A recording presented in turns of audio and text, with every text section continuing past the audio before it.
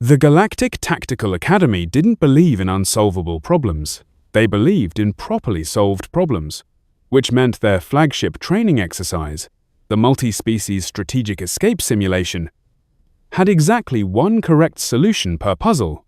Tested across 200 species, with a 73% completion rate, they considered optimally challenging. What they didn't believe in was humans. Mostly because humans had only been in the program for 3 cycles and had already violated so many safety protocols that a handbook addendum now existed. Special considerations for improvisation-prone species. The simulation chamber was state-of-the-art. Holographic puzzles, environmental challenges, adaptive AI. The rules were printed in 47 languages. Logic-based solutions only. No tools permitted. No environmental damage. No disassembly of testing equipment. Cooperation required. Instructor Vec. Thoraxian, 17 certifications, infinite patience, stood before the chamber entrance. She'd never met a human. That was about to change.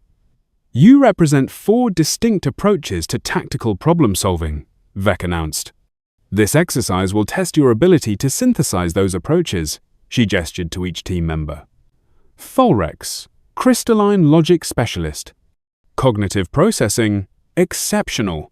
Thalrex hummed at a frequency that meant, obviously. Zrin, predator species tactician. Spatial analysis, superior. Zrin's teeth showed in what might have been a smile or a threat. With Zrin, it was usually both. Nib, prey species risk analyst. Threat assessment, extraordinary. Nib's ears flattened, his resting state around Zrin. And, Vec paused, consulting her datapad like checking if a mistake had been corrected. Eli Carter, human. Specialization, unspecified. Eli raised his hand. I solve problems. 3 alien faces registered variations of concern. The simulation cannot be brute-forced. It cannot be hacked. It cannot be broken. There is no timer, but efficiency is monitored. You will succeed through cooperative reasoning, or you will fail. Any questions? Eli's hand went up. When you say it can't be broken, no questions. Enter. The door sealed with the hiss of absolute certainty. It had locked 200 species inside. It was about to learn what absolute meant to humans. The chamber was sterile, over-designed, committee-built. Color-coded pillars rose from the floor. Holographic symbols drifted. A massive door dominated the far wall, covered in glowing alien script. Thalrex immediately began analyzing holographic symbols, her crystalline structure refracting light as she processed data. The symbols correlate to pillar colors. We must determine proper sequence based on linguistic chromatic harmony. Zrin circled the perimeter, cataloging threat angles. The pillars have tactile markers, pressure-sensitive, sequential activation pattern. Nib pulled out a computing device, whiskers twitching, reviewing 3,000 similar puzzles, establishing probability matrices. Eli walked to the nearest pillar and knocked on it. The sound echoed hollow. Human Carter. Thalrex's hum took on a concerned frequency. Please do not interfere with the testing equipment. I'm not interfering. I'm learning. Eli grabbed the pillar with both hands and lifted. The pillar came out of the floor with a soft click. The room went silent except for Nib's device, which made a sad beep that sounded like a crisis of faith. You can't, Zrin started. The rules said no tools. This isn't a tool until I use it for something. Right now, it's just relocated testing equipment. That's not, Thalrex tried. Besides, these are weighted differently. Eli set down the first pillar and lifted a second, comparing. See? This one's heavier, and this one has a different center of gravity. If I arrange them by weight rather than color sequence, he began moving pillars. Ignoring the elaborate color-coded system, Thalrex's humming went up an octave. Existential distress in crystalline species. Nib's whiskers vibrated so fast they blurred. Zrin stared, her predator brain trying to categorize this behavior and failing. Eli placed the final pillar. Something clicked. The door opened. There we go. Weight distribution lock. The color thing was a distraction. That wasn't the solution, Thalrex managed. We have 3,000 recorded attempts. No one has ever solved it by ignoring the puzzle? The puzzle was the point. The point was opening the door. Eli was already heading to the next chamber. Come on, this is fun. In chamber 2, the ceiling was descending toward the floor. 10 minutes before compression, Eli said, 12. Nib corrected, then realized he'd entered collaborative problem-solving with the human and had a small crisis. Reflective panels covered the walls in geometric patterns. A platform held 3 glowing shapes: a cube, sphere, pyramid. Thalrex recovered her composure. The shapes must be positioned symmetrically to halt the ceiling. The panels will guide proper placement through light analysis. Or, Eli said, yanking a reflective panel from the wall. He carried it to the descending ceiling and wedged it at an angle against the mechanism. The descent stopped. Eli! Everyone shouted. What? You can't just... Thalrex's humming reached frequencies only dogs could hear. The rules said no, damaging the environment. I didn't damage anything. I relocated a component. The simulation AI spoke with patient confusion. Participants, please refrain from interfering with environmental systems. The panel is integral to the puzzle's design. Eli looked up. The panel is currently integral to my survival. I can put it back when we're done. A pause. The AI hadn't been programmed for negotiations. The puzzle is designed to test logical placement protocols. I logically placed the panel where it stops the ceiling. That is not the intended place. Solution. Is there a rule against unintended solutions? Longer pause. Somewhere, the AI was filing a request for philosophical guidance. Participants are encouraged to complete puzzles as designed. Encouraged. So not required? That's not what I... Great! Where's the exit? Zrin had her head in her claws. We're going to die, not from the room, from administrative repercussions. Nib updated his threat assessment. Under Human Carter, he wrote, primary threat, unknown. Secondary threat will redefine what threat means. In Chamber 3, the floor was a grid of illuminated tiles, pulsing with algorithmic patterns. At the far end, another sealed door. Energy-based pressure system. Thalrex announced, we must step on tiles in sequence, matching harmonic mathematical progressions. That sounds complicated, Eli said, staring at the grid. It's a standard Philian algorithm. Right. Eli looked back at components they'd been relocating. Or we could just not step on the tiles. That's impossible. The grid spans the entire floor. It's a conductive system, right? Energy flowing through the tiles? Yes, but Eli gathered non-conductive materials, geometric shapes from the previous room, pillar bases from the first chamber, reflective panels. We're not doing this, Zrin said, but she was already helping him stack materials. We're absolutely not, Nib agreed, handing Eli another piece. 10 minutes later, they'd constructed a makeshift bridge of insulated materials across the grid. The AI's voice returned, sounding tired. Human participant Carter. Yes? This was a harmonic mathematics test. Was it?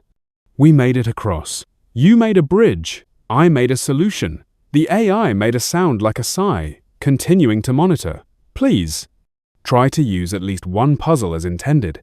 No promises. When Eli's bridge spanned the energy grid, insulated panels balanced at calculated angles, weight distribution solving what algorithms couldn't. Even Thalrex stopped humming. It wasn't elegant. It wasn't designed, but it was beautiful in the way only solutions born from desperate creativity could be.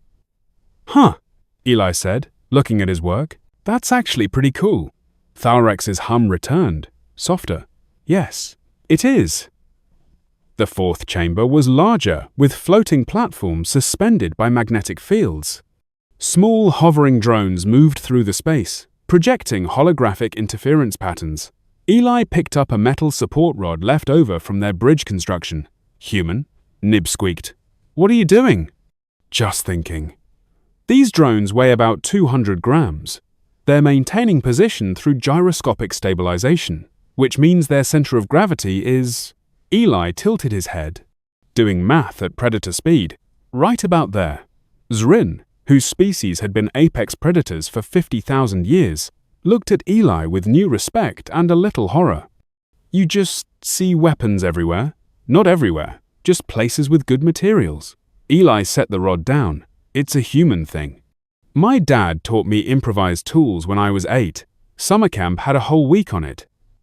The drones suddenly activated their holographic projections at full intensity, flooding the room with disorienting lights.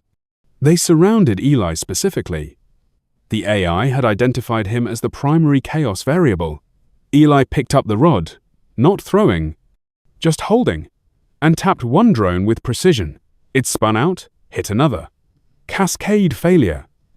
Tactical physics. Eli explained to his teammates' frozen stares.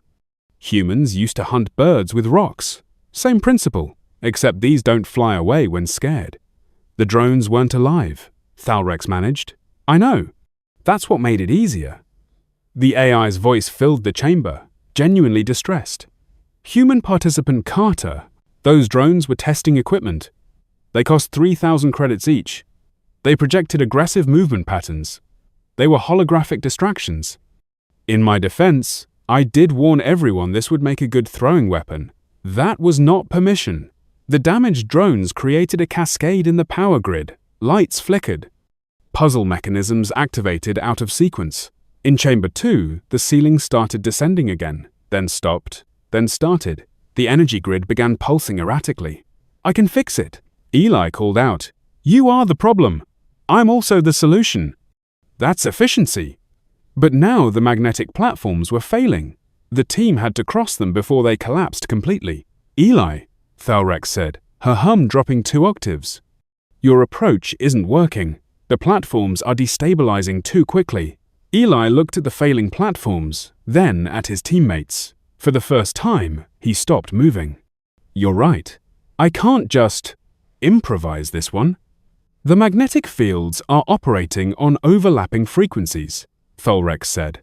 "If we can determine the interference pattern, I can calculate the weight distribution," Eli offered. "If you tell me which platforms are stable, I'll map the safest path," Zrin growled, her predator instincts finally useful, "and I'll monitor the system for cascade failures," Nib added. Whiskers twitching rapidly. They moved together.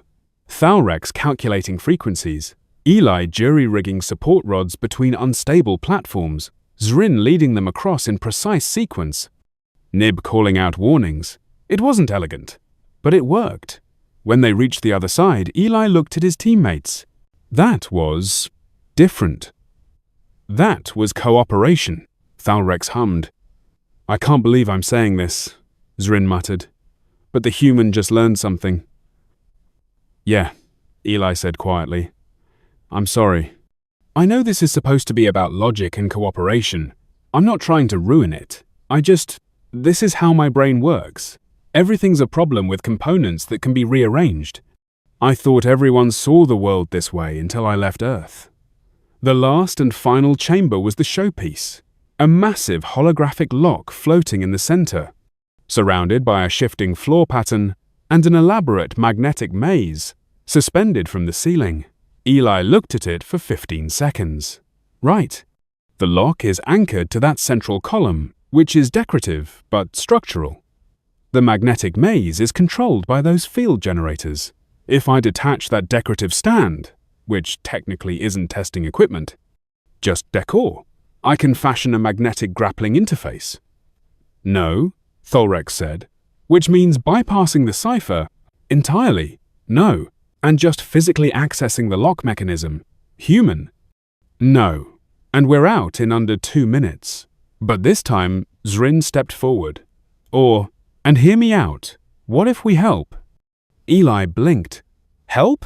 "I'm saying," Zrin's teeth showed in what was definitely a smile now, "that I've been watching you dismantle equipment for 4 chambers. I think I know which structural supports are load-bearing."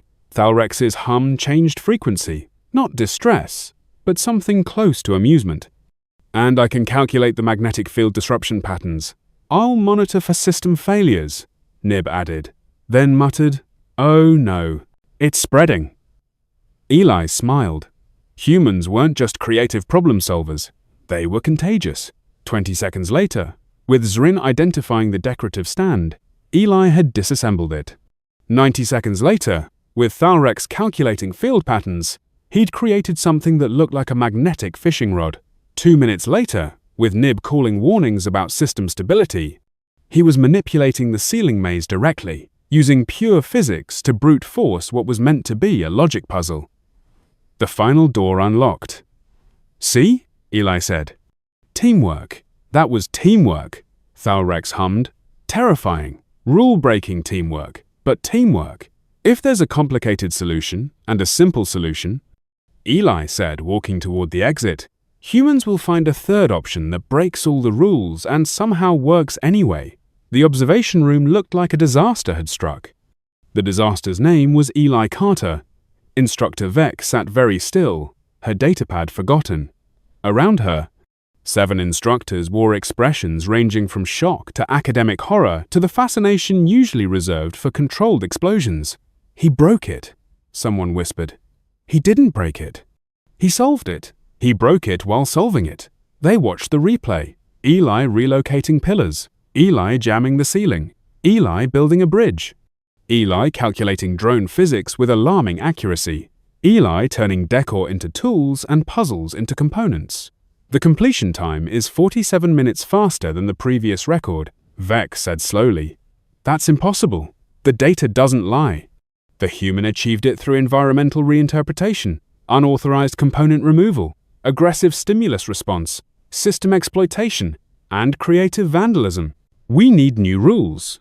We need new categories for rules." The simulation AI's voice crackled over speakers, suggesting existential fatigue. "Request. Please add human-specific parameters. Suggested restrictions. No removing testing equipment. No converting decor to tools. No improvised bridges. Actually, can we just not put humans in the simulation?" Outside the simulation chamber, the team regrouped. Eli looked proud. His alien teammates looked traumatized. "Great job, everyone," Eli said. "We crushed that. We violated it," Thalrex corrected. "Same thing. It's really not." Zrin studied Eli with calculating assessment. "Human, that rod. The bridge construction. The immediate threat assessment. You've done this before. Built bridges. Turned everything into potential weapons. Oh. Yeah, most humans can do that.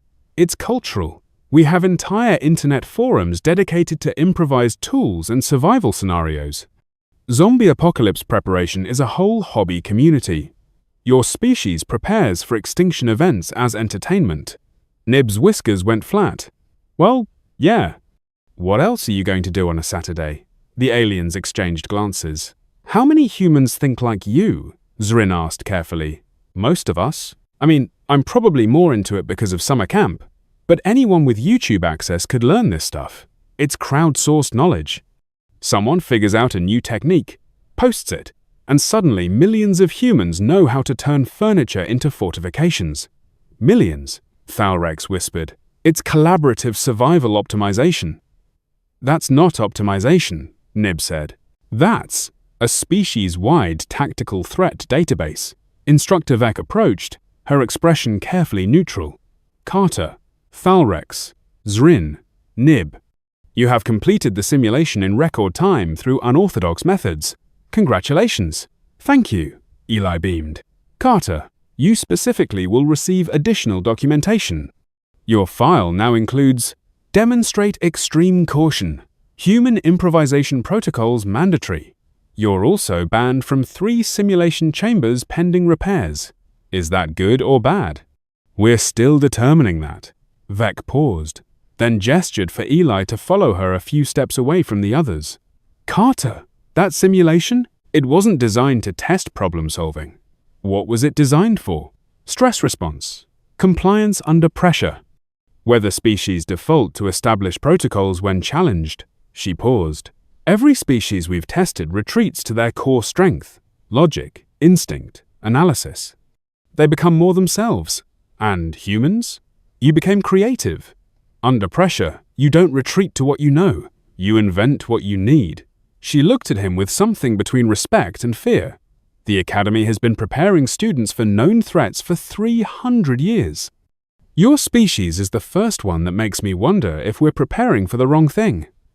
What do you mean? Every species in this galaxy evolved to survive their home world. You evolved to survive anything. That's not adaptation. What is it? Terrifying. Eli walked back to his teammates, where Nib was frantically updating his datapad, and Zrin was experimentally pulling on a decorative wall panel. Stop that! Thalrex hummed, but her frequency was resigned. I'm just checking if it's load-bearing, Zrin muttered. Oh no, Nib whispered. It's spreading. Eli smiled. Humans weren't just creative problem solvers. They were contagious.